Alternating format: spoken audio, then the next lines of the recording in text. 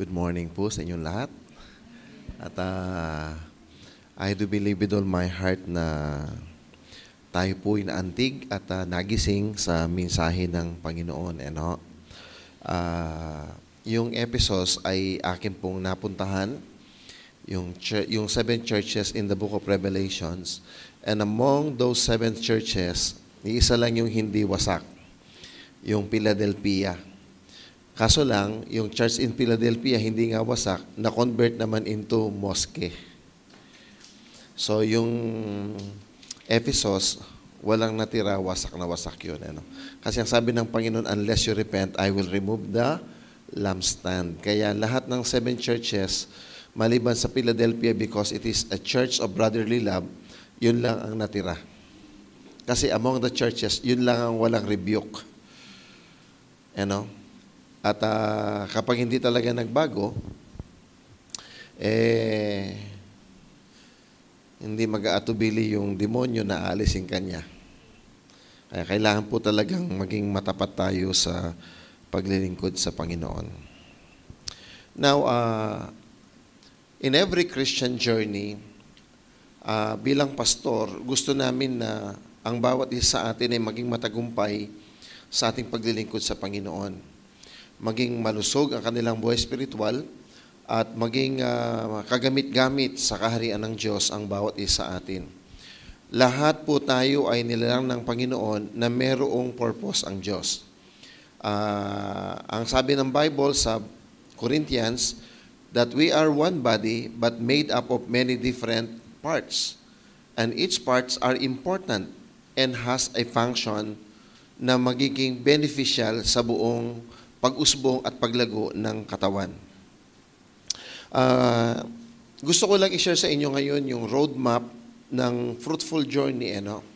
Minsan kasi sa simbahan, kaming mga pastor ay meron kaming pinagagawa sa inyo na hindi maliwanag.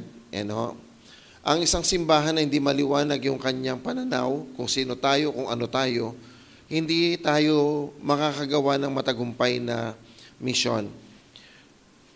Kahapon may naging bisita po ako sa simbahan at nag-iwan sila ng isang pamphlet at binasa ko po yun. Ang unang-una nakalagay doon sa pamphlet, who we are, what we do, what we have accomplished. So makikita mo yung isang company sa pamamagitan ng mga who they are. Ang simbahan, minsan hindi natin alam, ano ba tayo? Sino ba tayo? Minsan pag may kinakasal, Pastor, anong ilalagay naming religion? Kasi may religion doon pag nag-apply ka sa kasalan. Hindi nila alam. Do you know that until you know where you're coming from, you can never arrive to where you are going?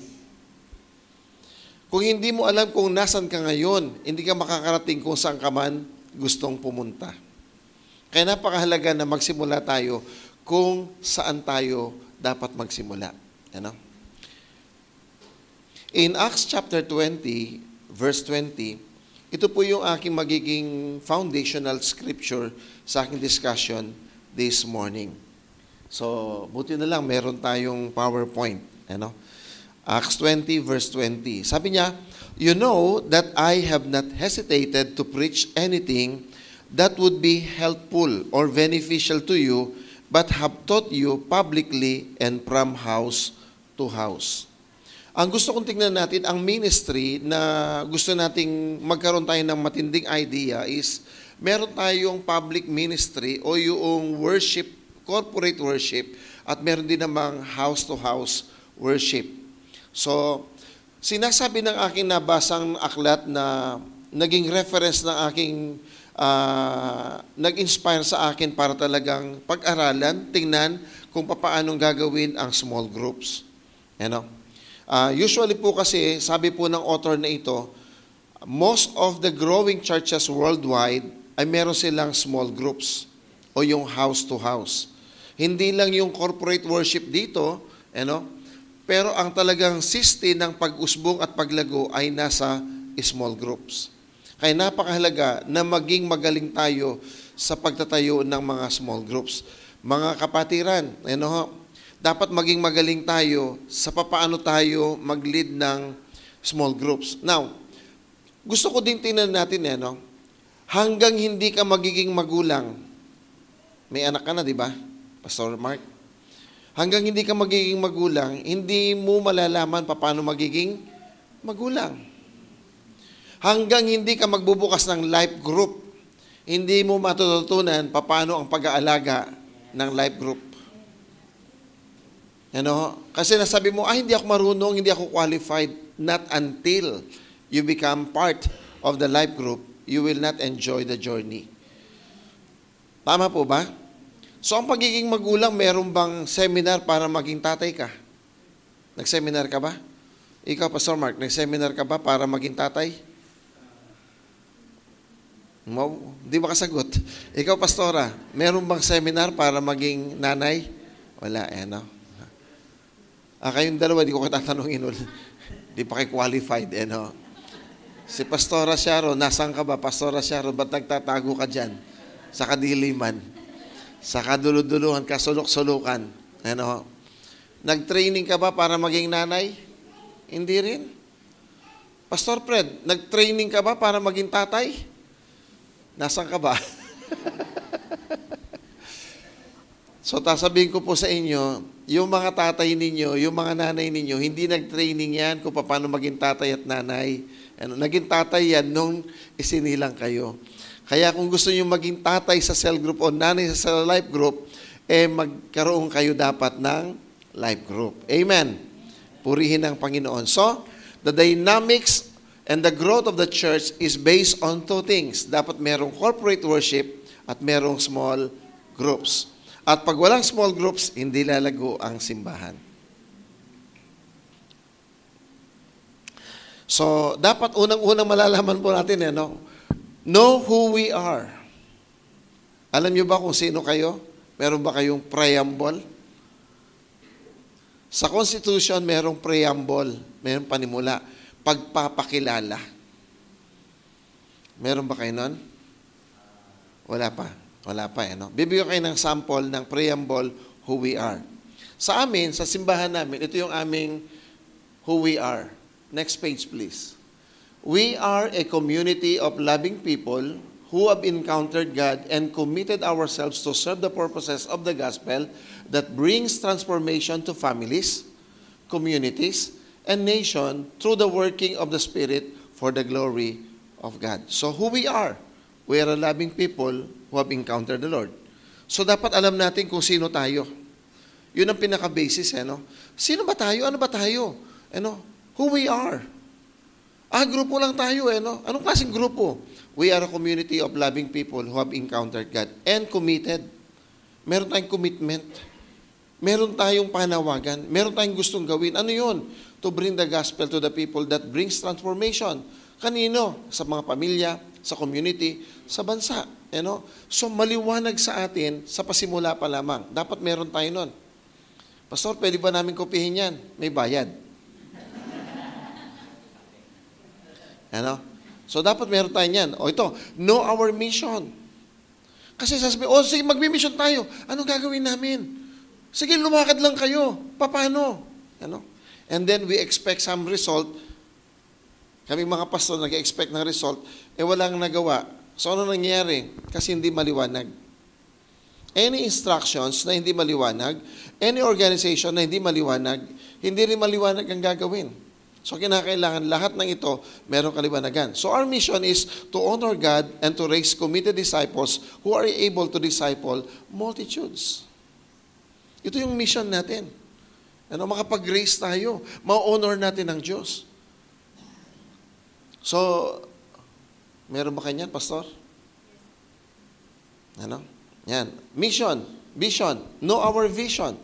Our vision is to see committed disciples serving and engaging in discipleship and in life groups, making impact that causes transformation for the glory of God. So, ano yung vision natin? Na yung bawat member ng simbahan ay maging committed disciple na nagsiserve at nag-engage sa discipleship. Sabi mo sa katabi, engage. Kabahagi. Kabahagi yan. Now, So hindi lang tayo, hindi lang natin maliwanag sa atin who we are, our mission, our vision, dapat meron din tayong core values. Ano yung pinakamahalaga sa atin? Ano ba yung nagtutulak sa atin? Bakit natin ginagawa to? Ano ba pinahalagahan natin? Kami po, simple yung aming core values sa simbahan. Madali siyang tandaan. Ginawa namin siyang LOVE, Happy Valentine's Day. Yan, So, our first value is love God. And of course, not only God, but others. Pangalawa, obey the word and those who are in authorities. Pangatlo, virtues reflecting Christ character, Christ-likeness. Ano yung mga tamang mga pananaw sa buhay, humility, brokenness, ay value system natin yan. Yung kababaang loob, value natin yan. Pero kung kapampangan ka, kayabangan ang meron ka. Yun. At yung dalawa po yun, we value excellence and we also would like everybody to engage in the ministry. Engagement. Now, I believe na hindi naman lahat ay gifted mag-lead. Hindi naman lahat gifted mag-worship team. So, hindi naman lahat marunong magtambol. Ako, hindi ako marunong. Hindi naman lahat marunong mag-gitara. Di rin ako marunong. Di rin ako marunong mag-piano. So, pagdating sa music, it's not my thing. Alright?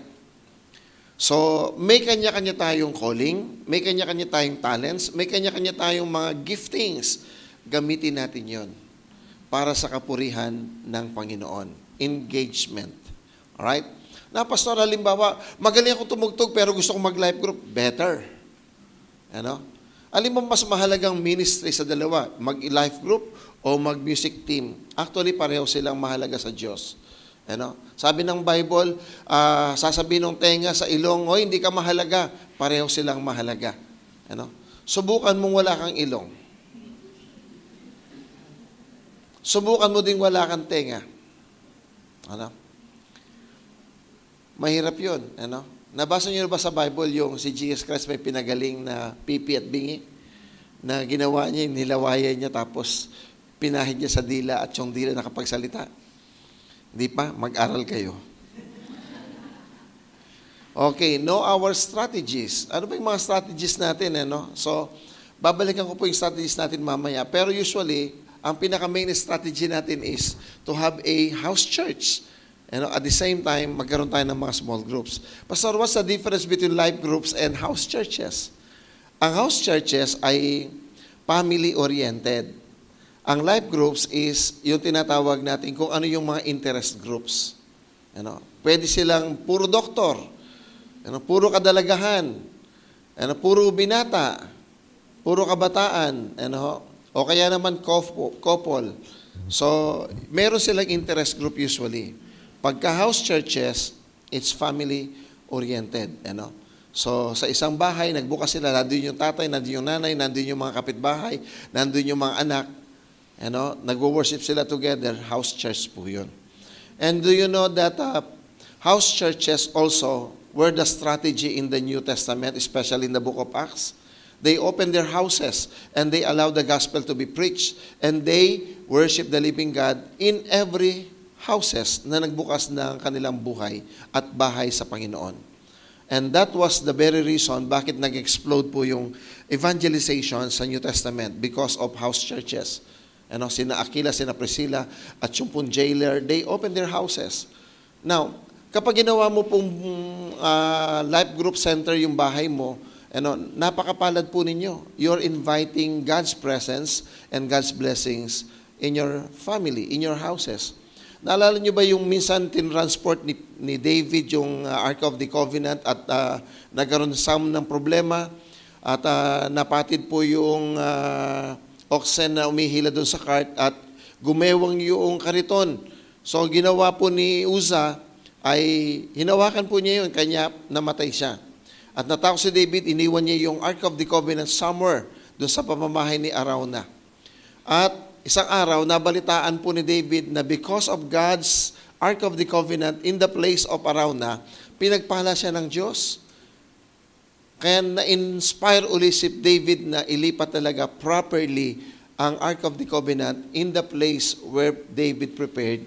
Para sa ganoon, hindi lang yung pamamahay ni Arauna ang mabibless, kundi yung buong nation of Israel. Now listen to me.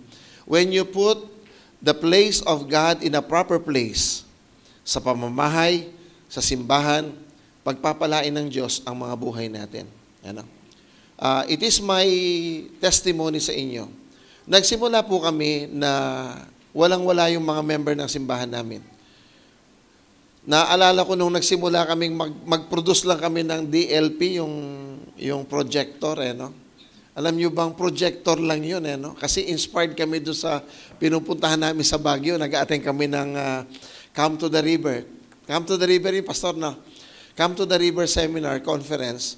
Naiinggit kami kasi yung amin overhead projector lang, yung ginagano na plastic. Ano? Sila ang ganda-ganda. Ano? May tubig pang paganyan. Saan yun ang lyrics? Sabi ko, pag uwi natin sa Pampanga, bili tayong ganyan.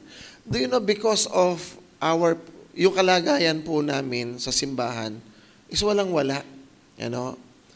Talagang hirap na hirap kami mag-produce. And do you know what? We were able to produce, but meron pang concert, meron pang kung ano-ano fundraising, para makabili lang kami ng DLP. At magkano lang yun? 20,000 something. Ganun kahirap yung buhay dati. But we persevere. And then, unti-unti, the Lord changes yung mga buhay ng mga tao na po-promote hanggang ngayon, maganda na yung mga kalagayan. So, purihin ang Panginoon. At natutuwa ako that even sige po, palakpakan natin si Lord, that even our young professionals nakakatuwa sila. Sabi ni Mami Gwen sa kanila, ni Pastora Gwen, nakakaingit naman kayo, batang-bata pa lang kayo, puro bago na yung mga gamit nyo. Bagong sasakyan, bagong bahay, bagong lupa, So, at a very young age, yung aming song leader na isa, 24 years old, meron siyang bahay, meron siyang lupang nabili, meron siyang bagong Honda na binili niya, at alam niyo, ilang taon pa lang, 24 years old. From nothing, nakikikain lang, nakikipaglabad because nothing talaga. From nothing. Naging katulong siya ng isang primary namin, tagalabas siya para makapag-aral lang. Ngayon, ganda na ng buhay niya. Ang sabi ko sa kanila, when you allow God's presence in your life, in your family, kaya napakaganda talaga mag-involve tayo Because when we engage, when we involve, at binuksan natin ang ating bahay sa gawain ng Panginoon, yung blessings ng Panginoon, magi-stay doon. At hindi ako prosperity gospel pastor, pero naniniwala ako na ang Diyos pagpapalain niya tayo kapag lubos tayong susunod sa kanyang kalooban. Amen po ba? Purihin po ang Panginoon. Hallelujah. So dalawa po yan na gagawin nating strategy for growth. Magtatanim tayo ng life groups, magtatanim tayo ng house churches, pare-pareho pong gagamitin ng Panginoon yan.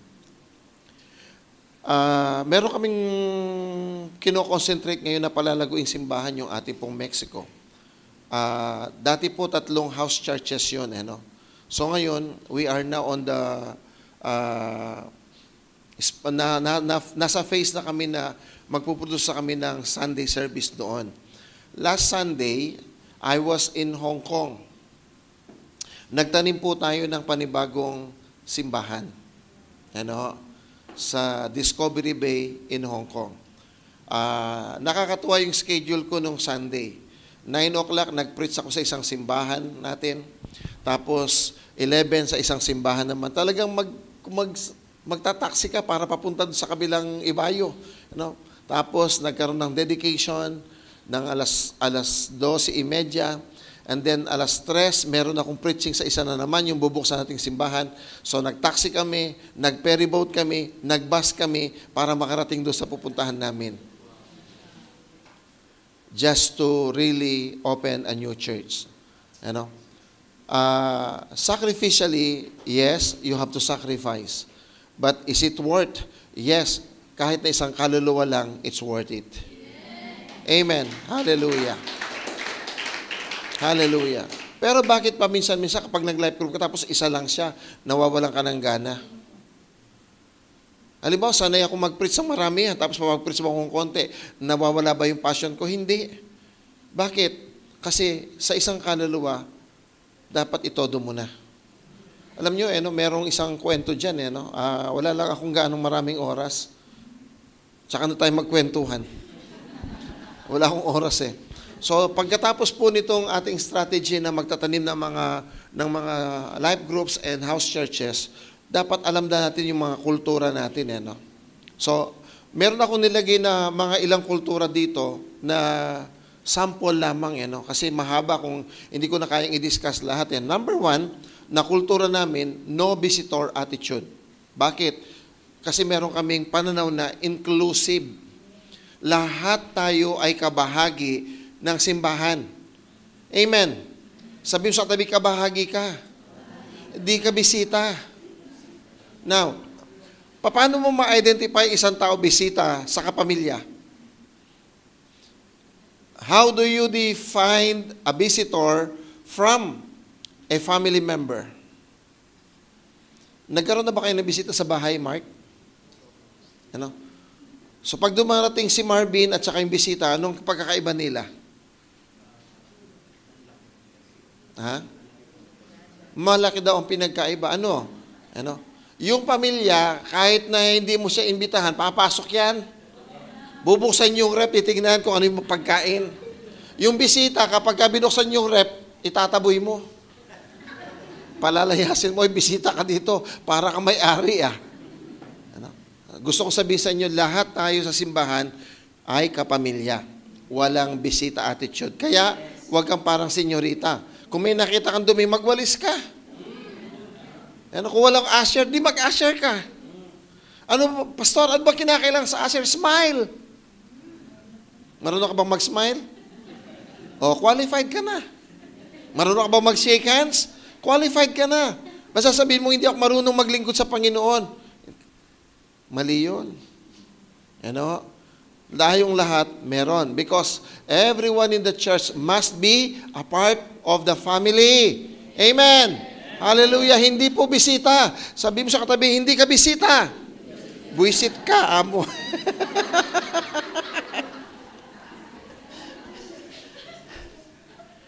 So, inclusivity. Lahat kabahagi. Amen. Lahat kabahagi. Pastor, bata pa lang ako. Pwede.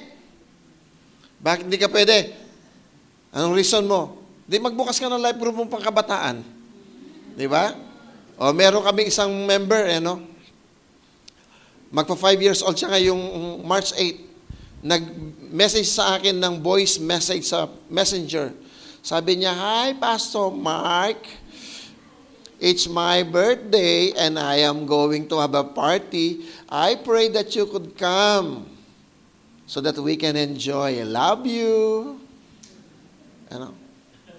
At ang nakakatuwa, alam niyo ba, nung nawala ako ng ilang araw dahil nag-mission tayo, pagbalik ko, niyakap niya ako, sabi niya, "I miss you. And do you know that I invited my classmate and he's with me?"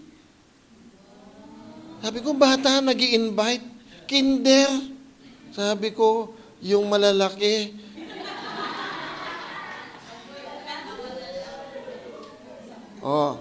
Tapos sasabihin mong hindi ka kabahagi? Wala kang kayang gawin? Yung bata nga may nagagawa, ikaw pa. Amen. May classmate ba kayo, mga pogi? May mga classmate ba kayo? Ayan, sinama mo na, dagdagan mo pa. Yan, sige, palakpakan natin itong mga kabataan ito. Excellence.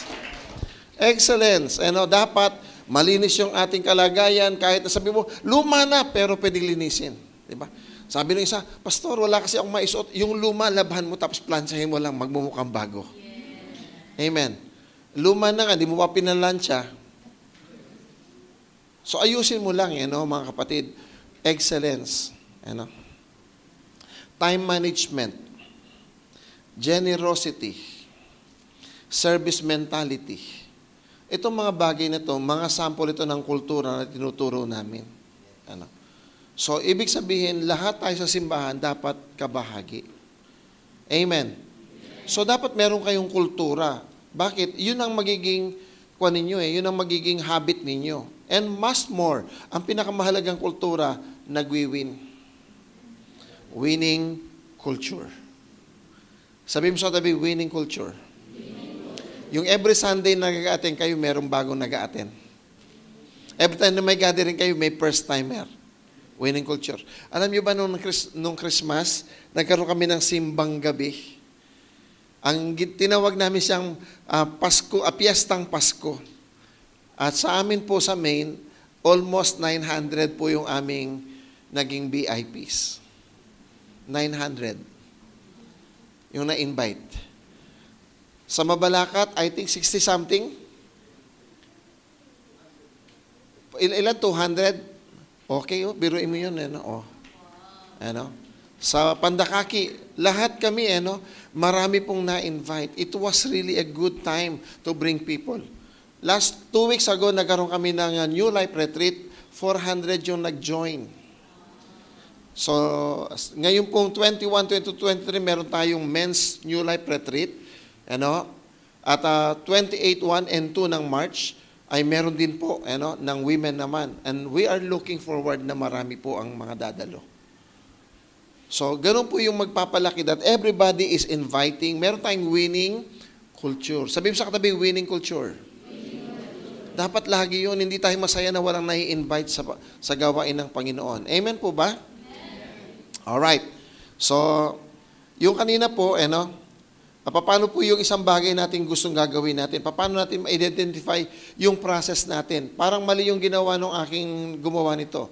Know our culture. Ang kasunod, know our core values pa yung ginawa niya. Pero actually, know our process. Dapat process yan. Know our process. Mali yung pagkakatype nung gumawa. Pagpatawad po ninyo. So, meron tayong 4 na phase ng process natin. Evangelize, edify, equip, engage. Now, sa evangelize, dito ka magwi-win. Sa edify, dito yung consolidation. Dito yung visitation, encourage mo, palalakasin mo. Pagkatapos, sa equip, kasama na po dito na po yung process talaga. Yung mag-aaral siya ng disciples course at saka yung kanyang yung foundation series. And may mga special classes po yan. May mga homiletics o kaya naman other na dapat nating pag-usapan at pag-aralan. Pagkatapos po, equip and then engage, maging kabahagi ng ministry. Now, makinig po kayo dito. Sa pag-i-engage sa ministry, halimbawa, meron talaga tayong member na hindi, no read, no write. Yung hindi makakapagbasa ng Bible. Meron bang ganon? Pwede bang ganon? Tanong ko sa inyo, papasok ba ng langit ang hindi marunong bumasa ng Bible? Meron talagang ganyan. Huwag mo silang gawing cell leader o kaya life guides. Bakit? Wala silang ituturo kasi hindi marunong magbasa eh. So ang gagawin mo, magiging member sila, but include them in the ministry. Pwede silang mag-usher, pwede silang prayer and fasting ministry. Meron silang ministry dapat at mag-engage sila. Now, bakit kinakailangan mag-engage? Ang mga Kristiyanong engaged sa ministry, mahirap silang mag-backslide. Amen. Yung walang engagement, bukas makalawa, mainit ngayon, bukas makalawa, naku, pag nayayang mag-beach yan, hindi na atin susunod-sunod na yan. Amen. Pero kapag meron kang ministry, sasabihin mo sa kanila, hindi ako pwede, may ministry ako. Di po ba? Kaya mahalaga mag-engage sa ministry. Kaya meron tayong engage. Now, sa dalaga, paano mo alam na engaged na siya? Hindi ako titingin sa inyo.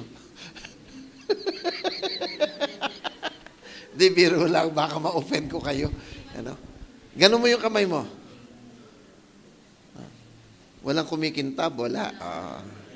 So, alam mo yung engage, may kumikintab. Alam mo yung engage sa ministry, makintab ang buhay.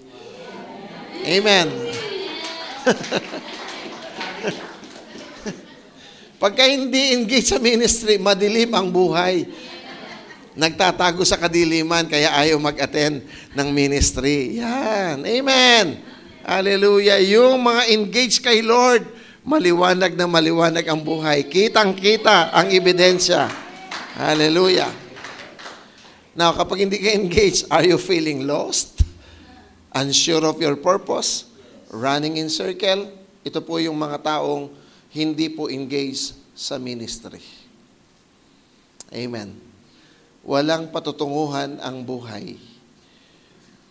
Parang ligaw. Ang sabi ng Panginoon, nagkaroon siya ng compassion as if they are a sheep without a shepherd. Sila po ay nangakalat. Running in circle, walang direksyon ng buhay, nasasayang ang oras. Purihin po ang Panginoon. So today, your life is about to change. Sabi mo sa katabi, my life is about to change. And the change begins now. Now, this is your roadmap to new life journey. Bagong buhay. Get ready to embark on a path that will transform your life. Now, anong unang-unang gagawin natin? So, we will really evangelize. Mag-evangelism tayo, magdala tayo ng kaluluwa. Dadalhin natin sila sa ating small groups. Anong mangyayari pagka tayo po ay nagkaroon ng evangelism? So, ito yung gagawin natin. Magjo-join tayo on a journey and you will be able to, number one, galing sa evangelism, ibibuild yung spirituality mo. Madidiscover kung sino ka kay Kristo. And you can join a family through a life group. Bakit life group? Kasi ngayon talaga po ang gusto kong i-present sa inyo, ano ba meron sa life group? Alright? So, what awaits you in the life group? Ano bang meron? Ba't ka talagang kinakailangan mag-join sa life group? Ang unang-una ay merong acceptance. Experience acceptance and inclusion in a safe space community. So, ang pinaka-safe space mo at ang community mo ay ang pag-accept sa iyo sa small group, which is life group. Dito meron kang mga protection, meron kang covering yung iyong mga ka-life group. And some people, hindi nila naintindihan ito. Meron pong laging nagkukuhan sa akin ngayon, simula kahapon, wala siyang tigil na kakatext. Member namin to, na 4 years na hindi nagpaparamdam, ngayon biglang nagparamdam. Bibigyan kayo ng konteksto Sabi niya, Pastor, wala na akong alam na takbuhan, nahihiyaman ako, ikaw na lang. Sabi ko, tamang-tama ka kung ganun, I can use this as an illustration this morning. Kung hindi siya tumakbo ng life group niya, kung hindi niya iniwan yung life group niya, meron siya community na magko-cover sa kanya. Dahil wala siyang life group, tinakasan niya yun. Sino pupuntahan niya lang?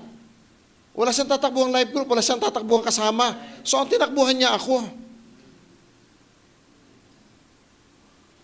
Tumakbo siya, humingi siya ng saklolo. Sabi ko sa kanya, pwede, pero kung sa kanya, my schedule is so full. And because these are my commitment, I cannot just simply leave the commitment and run to you and help you. But if you have a life group, kahit busy si pastor, somebody will take care of you. And accept you. Kahit ano man yung kalagayan mo, kahit ano man yung pinagdadaanan mo, may tatanggap sa'yo. Kasi ka-life group mo yun kung ganon. Sila yung mga kasamahan mo. Amen?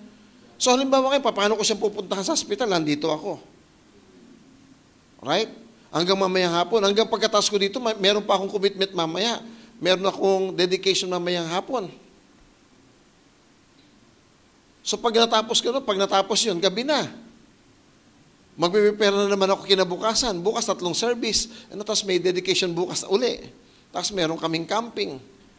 So yung schedule ko punong-puno. Pero kung may life group siya, kahit busy si pastor, may somebody na mag-aalaga sa kanya. Amen. Kaya huwag niyong liitin ang mga pananaw ninyo sa mga life group. They are very important. They are your covering. They are your community. They are your family. Hallelujah. Belongingness. Kunyan, ABCD hanggang Z yan. Parang kunyan, parang sentrum from A to Z. Ano? So ito yung nangyayari sa life group. Ano? Acceptance. Tinatanggap ka no matter who you are. Pero wag mong dalhin yung pagiging palautang mo sa life group. Hindi ka magtatagal. Itatatawa ka nila. Pangalawa, B. Sabi mo sa katabi, belongingness. Alam niyo ba yung salitang belongingness? Hindi ka alien. You're part. Amen. Being part of a life group nurtures a strong sense of belongingness where meaningful connections create a spiritual family or bonding. Kagabi, pagkatapos ng aming soaking, alam niyo, nakauwi ako kagabi alauna. Kumain kami ng mga ilang leader, alas 10 lang yung restaurant, nag-close na. Inabot kami ng 3 oras sa harap ng restaurant, sa parking area, na nagkwentuhan lang kami. Ayaw mag-iwahiwalay. Kamakailan din, meron kaming mga kasama, nandun lang kami dyan sa may friendship, kami na Pastor Gis, inabot din kami, pinagpapatay yung mga ilaw surrounding namin. Ayaw namin mag-iwahiwalay. Why? Belongingness. You feel comfortable with your life groups. Amen. At ang sabi ng Bible, there is a friend that sticks closer than a brother. That's life group. O C, merong care. Tender, loving care. In both joy and hardship, group members offer care and support, forming a network of spiritual, emotional, and practical assistance. Recently, meron kaming isang member. Ang kanyang buong family ay nasa Isabela. Siya lang mag-isa rito. Hindi siya nagsasalita. She's very young. She's actually 23 years old, 22 years old. Mag-23 siya this year. Ilang buwan na siyang dinudugo non-stop. Kaya pala nangangayayat, maputla. Eventually, nag-open siya sa kanyang life guide. So, ang ginawa, dinala sa ospital, pinagamot, nagtulong-tulong. At dahil wala siyang pamilya, kinupkup siya pansamantala na kanyang life guide sa bahay habang nagpapagaling galing sa operation. That's care. Hallelujah. Minsan po meron akong karanasan diyan sa Porac, yung madilim na Porac na bahagi. Naplat ako. Hindi ko alam kung may nagsadyang naglagay ng, kasi narinig ko agad sa madilim So hindi ako bumaba. Hindi rin ako, tumawag muna ako ng mga ilang taga-Porac na kapatiran. Sabi ko, pakitulong naman dala kayo ng ilaw. Naplat ako. Alas 12 ng hating gabi. Galing ako sa meeting. Sabi ko, napakaganda na meron ka talagang somebody will care for you. Di po ba? Yung meron kang safety net, meron kang security. Because someone will care. Hindi nyo nakikita to sa life group kasi akala nyo yung life group, istorbo lang. Pag nakikita mo, tinatakbuhan mo yung leader mo. Pag may pangangailangan ka, sa kanya ka pa rin lalapit. Diba? Yung mga nagbabackslide, tinalikuran nyo si Lord ngayon, bandang huli, aharap din kayo sa kanya. Kaya lang, judgment na. Diba? O letter D. Do you know that in life group, merong discipleship? Merong correction, merong instruction, merong inspiration, merong impartation. Kaya nga discipleship Through discussions and shared experiences, members gain a deeper understanding of how to live out their faith in a daily life. Practical living. Of E, encouragement, empowerment, edification. E, di po ba? Nai-equip ka. Sa life group, natututo kang mag-pray. Sa life group, matututo kang magbasa ng Biblia. Di po ba? kami nung nag-aral tayo, di ba, pinag-aral ka, yung mahal ka ng Diyos. Lumayas ka tampalasan, di ba?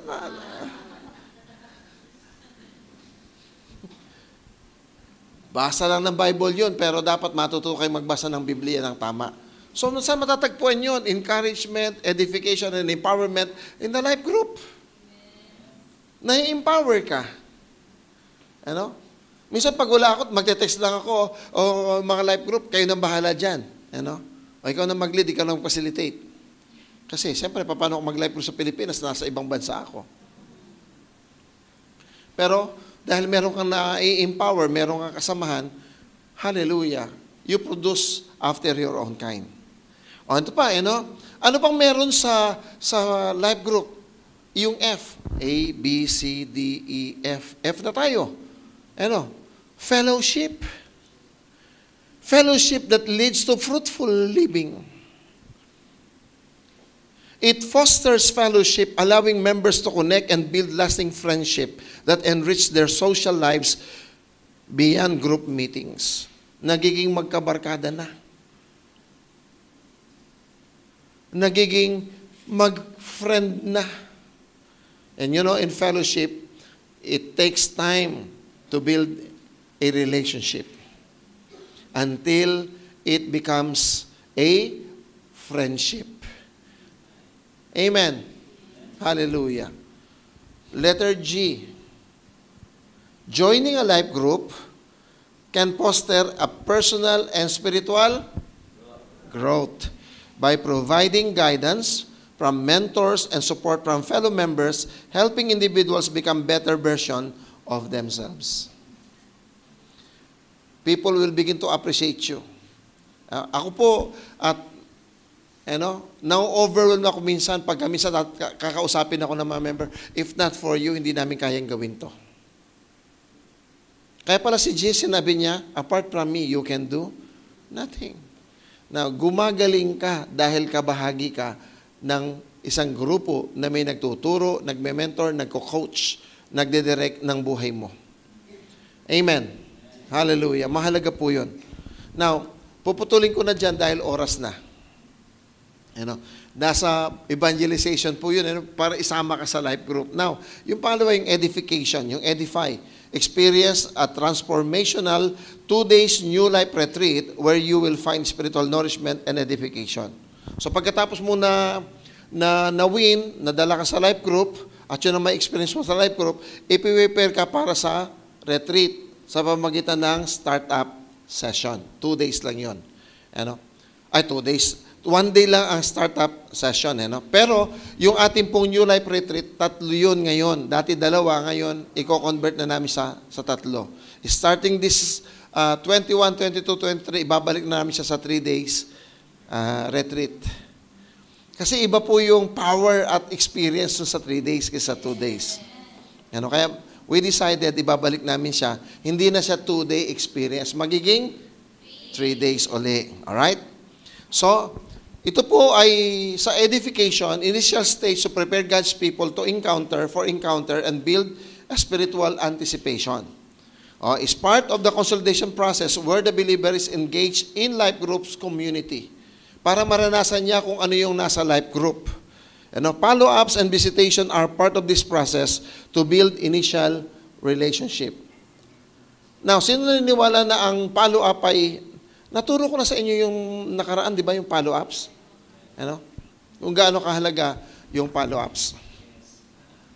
Now, pagkatapos po ng edification, equip, ito na po yung process na kung saan mag-enroll sila ng disciples course at saka ng foundational series. So, matitrain sila. Lalabas yung kanilang galing.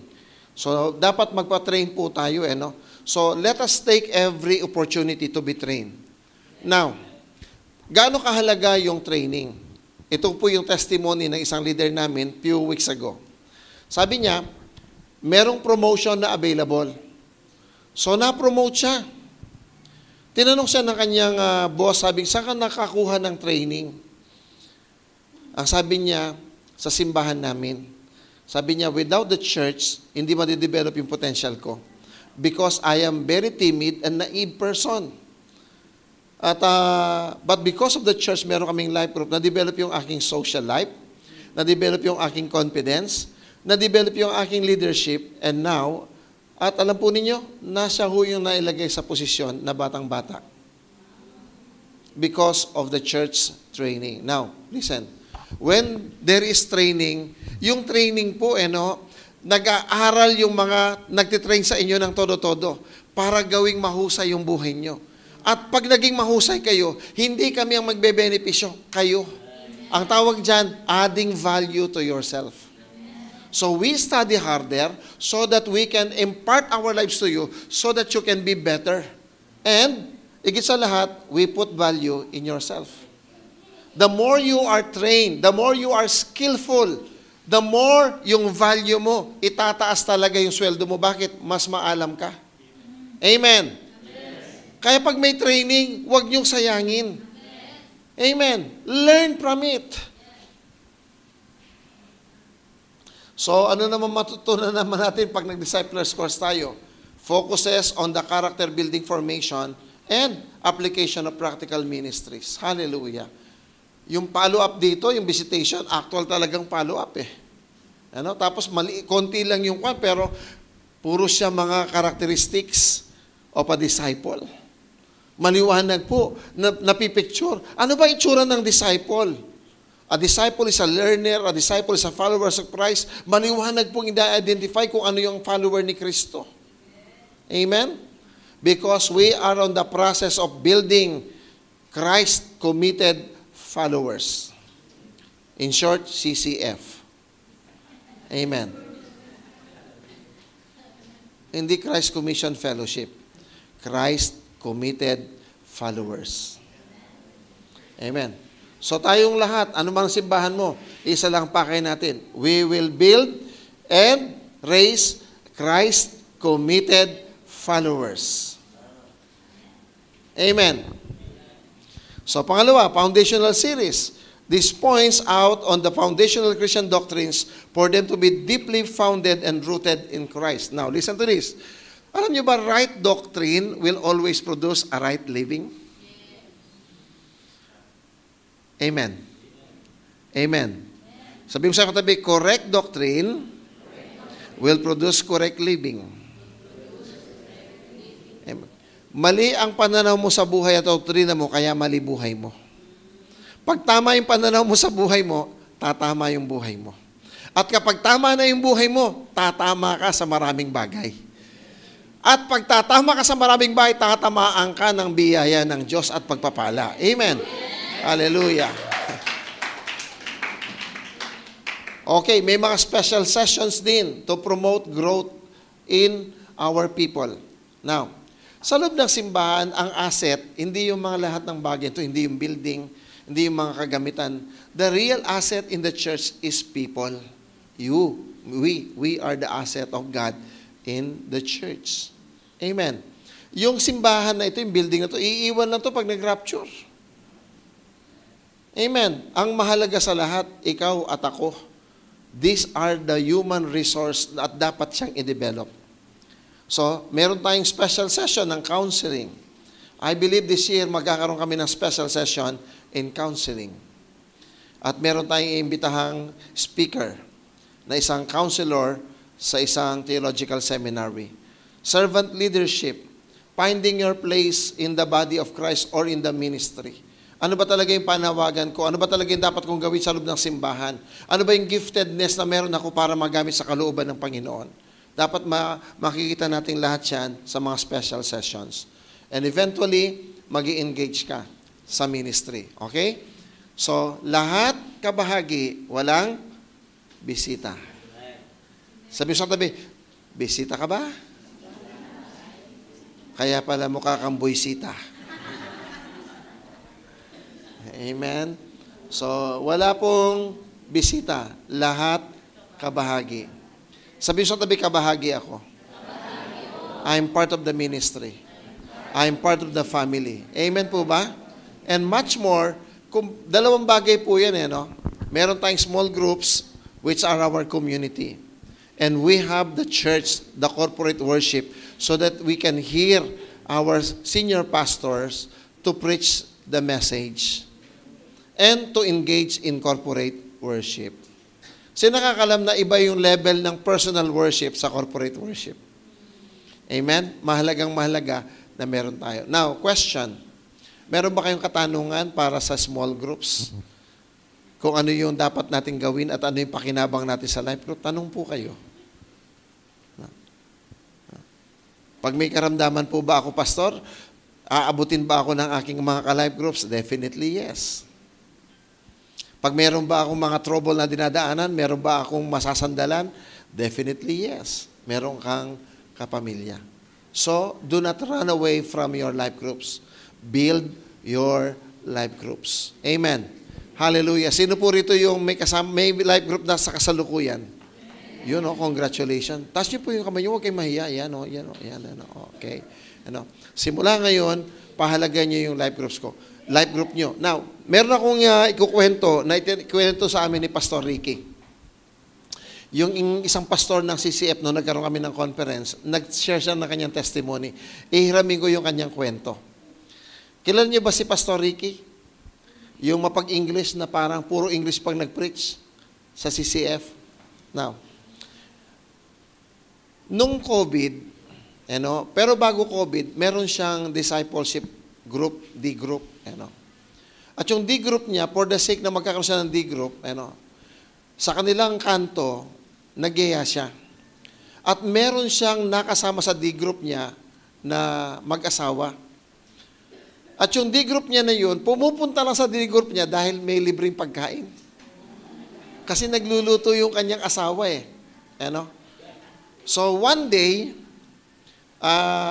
sabi niya sa kanyang asawa, honey, stop cooking.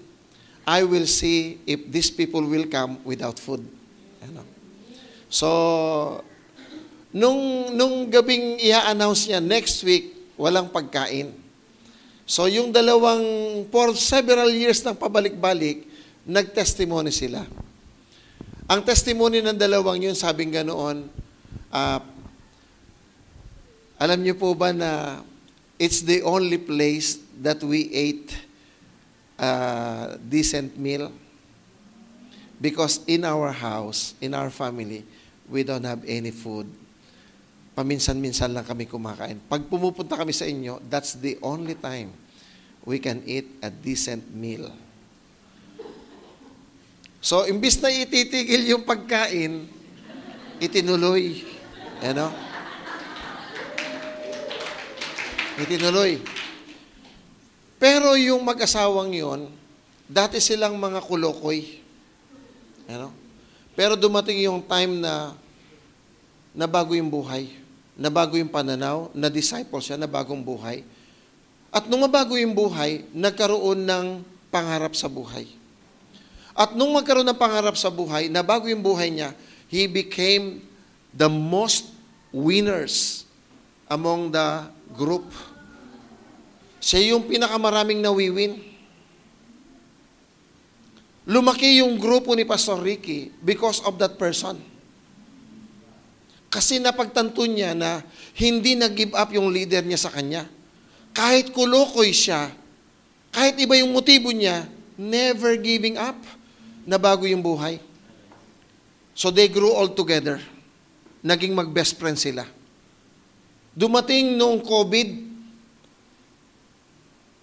na COVID yung mag-asawa, si Pastor Ricky yung asawa niya. Grabe. At nung nasa hospital, grabe, namatay yung babae. Alam niyo kung anong ginawa yung mokong na kanyang dinisciple? Kasi unang nagka-COVID yung mokong. Ito yung kanyang kinuwento, bandang huli, sabi ng ganun. Tumawag daw yung pong kanyang disciple, sabi niya, Pastor, will you give me authorization to bring your wife to crematorium and have her cremated in your behalf? Kasi hindi siya makalabas eh. Grabe din siya sa hospital. And then, what happened? Na-cremate yung babae. Sabi niya, Pastor, allow me to bring food every day to you. hanggang naka-recover in 1 month. Ang nagdadala ng pagkain everyday, yung kanyang mokong na disciple. Kaya sabi niya, sa kanyang testimony, it's not a waste of time and energy when you disciple a person, kahit gaano pa siya kasama, kahit gaano pa kamali yung motibo niya, steady ka lang dyan, pagbigyan mo ng pagkakataon, one day, God will change. And one day, He will pay back to you. Amen? Life group. Sabi niya, this is my testimony. And that's why I love my life groups. My D groups, ang sabi niya. Because they love me also. Hindi lang sila naging kagrupo, hindi lang sila naging friend, they became a so close, loving, supportive friends sa kanilang mga buhay. That's life group. It's a relationship for life. Amen? Hallelujah. Don't run away from your life group. They are the one God gave you. They will care for you. Amen? Magandang umaga po sa inyo lahat. Mahalin po natin ang mga ka-life groups natin. Suportahan po natin. Amen. Purihin po ang Panginoon. I will not pray for this because I'm going to call the next speaker. So